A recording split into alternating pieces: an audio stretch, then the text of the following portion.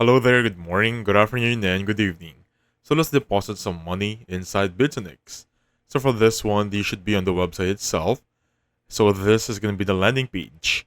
And of course, you're just going to have to log in. Once you're in here, click on your wallet icon just beside your profile icon, right there. And this should be the one you're seeing. From here and out, you're going to see the option deposit.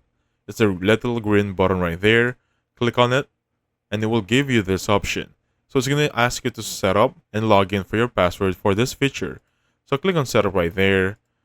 Enable a password just for references. Even though I'm already logged in, I do not have a password. So make sure you're logged in and have a password for this one and get the code right here. So I'm just going to finish setting up. I'll get back to you once I'm done here. So welcome back to the video. Once everything is good, this is going to be what you can see here. So basically select a coin, which one you want to deposit from here and out. For example, you want to go for Bitcoin.